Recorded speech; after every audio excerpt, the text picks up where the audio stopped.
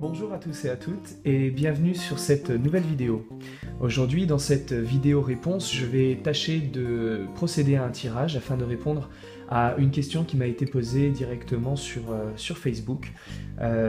J'ai été contacté par Jade qui souhaitait savoir l'avenir concernant son couple, sa relation actuelle, donc de savoir un petit peu de quoi demain sera fait. Donc je vais tâcher de répondre à cette question en procédant à un tirage un petit peu particulier, ce qui va vous permettre également de pouvoir apprendre de nouvelles formes de tirage et de nouvelles manières de pouvoir lire le tarot. Donc on va voir ça ensemble. Donc Jade, je vais simplement me concentrer sur sa situation, sur son couple, sur ce qu'elle vit et aussi sur, bien entendu, le besoin de savoir un petit peu de quoi il va en retourner. Alors, j'aime bien mettre une échelle de temps, ne pas partir sans information précise, sans cadre temporel précis. Sinon, le tirage s'accordera sur de manière générale pour sa vie à partir d'aujourd'hui jusqu'à la fin de ses jours, et ce n'est généralement pas ce que les personnes qui viennent demander un coup de pouce au tarologue recherchent. Ils veulent des réponses un petit peu plus précises. Donc moi, ce que je propose aujourd'hui à Jade, c'est de pouvoir voir l'avenir de son couple sur l'année à venir. Nous sommes actuellement au mois de, si je ne me trompe pas, avril 2014. Ouh, le temps passe vite. Donc je vais proposer au tarot de me montrer un petit peu voilà, le devenir de la situation pour l'année à venir, donc jusqu'en avril 2015. Alors je vais déjà procéder à un premier tirage où je vais tirer des cartes qui n'auront pas cet accès temporel puisqu'ils seront ciblés sur le présent. Il y aura 2 cartes pour le présent et une autre qui sera la réponse concernant l'année à venir et comment la vie va se dérouler pour elle, sa vie de couple sur cette année-là. Alors je vais tirer une première carte qui va représenter en réalité ce que Jade imagine qu'il va se produire dans sa vie amoureuse pour l'année à venir, donc ce qu'elle projette, vraiment ce qu'elle a dans la tête, ce qu'elle pense qu'il va pouvoir se passer, ce qui va pouvoir lui arriver. Hop, celle-ci. Ensuite, je vais tirer une deuxième carte qui va correspondre à ce qu'elle aurait besoin de vivre en réalité pour vraiment vivre son couple pleinement et être épanouie.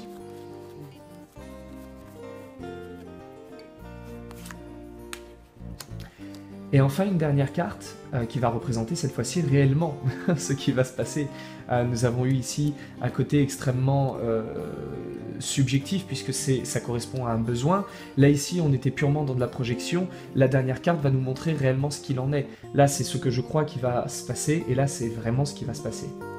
Donc, que va-t-il se passer au cours de l'année jusqu'à avril 2015 pour le couple de Jade? Hop.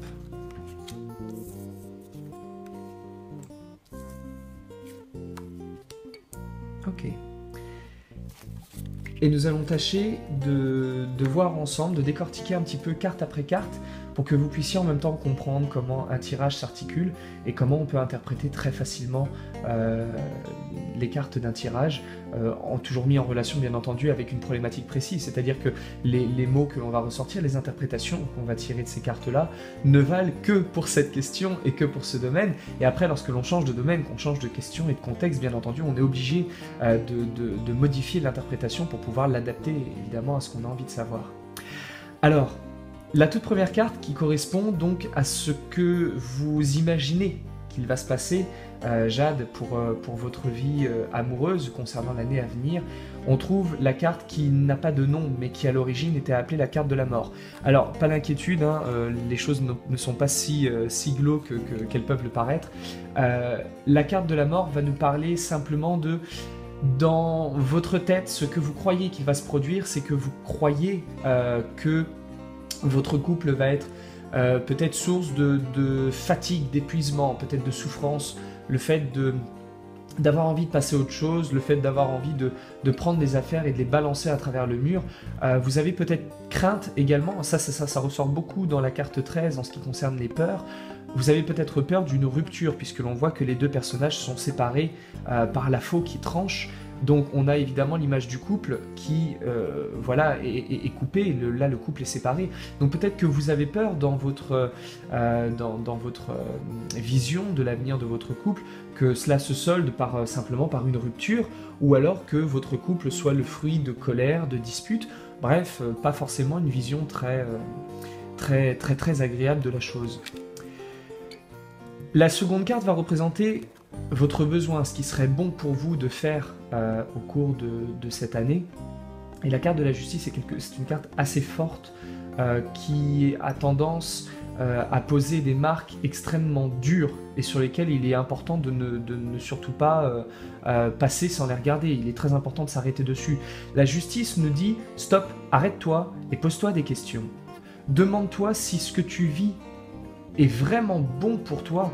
Arrête de regarder ton envie et ton désir et regarde si ce que tu vis correspond réellement à tes besoins. » Et là, en l'occurrence, ce que la justice est en train de nous dire, c'est « Jade, il serait intéressant, au cours de cette année, que vous vous interrogiez sur le bien fondé de ce couple et de la manière dont vous le vivez, pour vous demander si vous trouvez réellement votre compte dans tout ça. Est-ce que vous êtes réellement heureuse? Est-ce que vous êtes réellement épanouie? Est-ce qu'il y a des choses, et c'est là où la carte de la justice devient intéressante, est-ce qu'il n'y aurait pas des petits ajustements à faire, des petites choses à changer?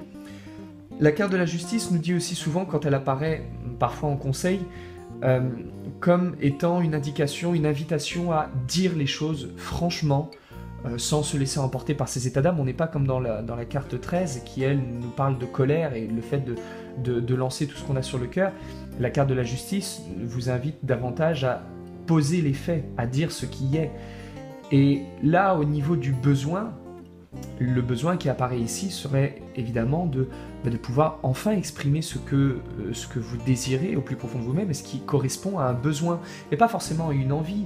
J'ai envie de faire du violon, j'ai envie d'un poney, je voudrais repeindre la chambre d'amis en violet à pois vert. Ça fait partie de l'envie. Ça n'est pas une nécessité. Là, on parle avec la carte de la justice de véritablement une nécessité. De quoi avez-vous besoin? Qu'est-ce qui serait pour vous essentiel de vivre dans votre couple, et quels sont les ajustements du coup qui seront nécessaires à faire pour que vous puissiez trouver justement la situation qui vous plaira. Donc au cours de cette année, il serait important pour vous de passer par ça, de dire « Écoute chérie, viens, pose-toi 2 minutes, on va en parler un petit peu. Voici moi comment je voyais ma vie, voici peut-être toi comment tu la voyais, voici ce que l'on a aujourd'hui. D'accord, tu ne trouves peut-être pas forcément ton compte, je ne trouve peut-être pas forcément le mien, mais ce serait bien qu'on essaye quand même de faire peut-être quelques modifications, quelques ajustements, pour qu'on puisse tous les deux, même si on ne vit pas forcément dans un manoir de 410 mètres carrés, au moins qu'on soit à peu près cohérents sur nos besoins respectifs et qu'on puisse les respecter l'un et l'autre. A priori, là pour l'instant, ce n'est pas le cas. C'est-à-dire que certainement, vous êtes plutôt, à mon avis, dans une situation où finalement, vous vivez chacun de votre côté des choses qui vous font du bien, mais lorsque vous vous retrouvez ensemble, on a peut-être une certaine difficulté à essayer de synchroniser, de coordonner un petit peu tout ça. La carte de l'empereur nous montre là, cette fois-ci, ce que l'on peut voir se profiler, on va dire, pour l'année à venir. Donc éventuellement, les choses qui peuvent se passer jusqu'à avril 2015. C'est dans pas si loin que ça d'ailleurs. Dans à peu près 360 et quelques jours. L'empereur, c'est un personnage qui est très solide, qui est très presque statique. C'est-à-dire qu'il est dans une position où il essaye de trouver son confort, il sait d'où il vient, il sait à peu près grossièrement où il va, mais du coup il ne bouge pas. Il n'y a pas de prise de décision avec l'empereur.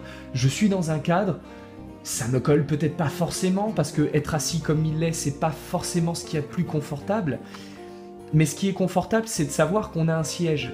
Donc je vais essayer de traduire. En gros, là, l'empereur, ce qu'il est en train d'exprimer, c'est que finalement, même si la situation ne sera pas, et n'est toujours pas parfaite dans votre vie amoureuse, j'ai la sensation que jusqu'à avril 2015, vous n'aurez pas forcément l'envie de faire bouger les choses, du moins vous ne prendrez pas la décision de faire vraiment bouger les choses, puisque le cadre sera plutôt confortable. Finalement, on est en couple, ça peut être assez sympa de pouvoir se reposer aussi sur quelqu'un.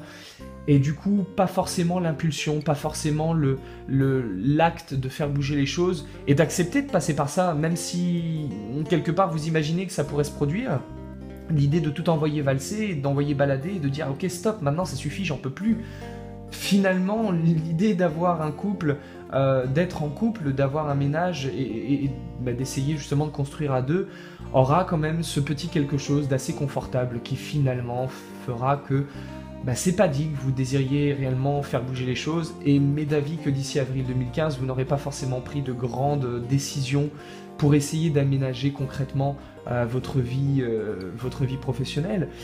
Et de ce fait, je pense que après, peut-être que l'idée de trouver son compte vous permettra de vivre correctement votre vie amoureuse, mais je pense malgré tout qu'on a quand même ici une forme de résignation, quelque part. Tant pis, les choses sont ce qu'elles sont, et puis ça fait rien, on verra plus tard, et puis peut-être qu'avec le temps les choses vont changer, mais le problème c'est qu'on n'a pas la certitude que les choses vont changer du moins plus loin que l'année à venir. Donc j'ai vraiment cette sensation que pour l'année à venir, vous allez vraiment un petit peu vous reposer sur ce que vous avez et faire en sorte de ne pas faire bouger les choses.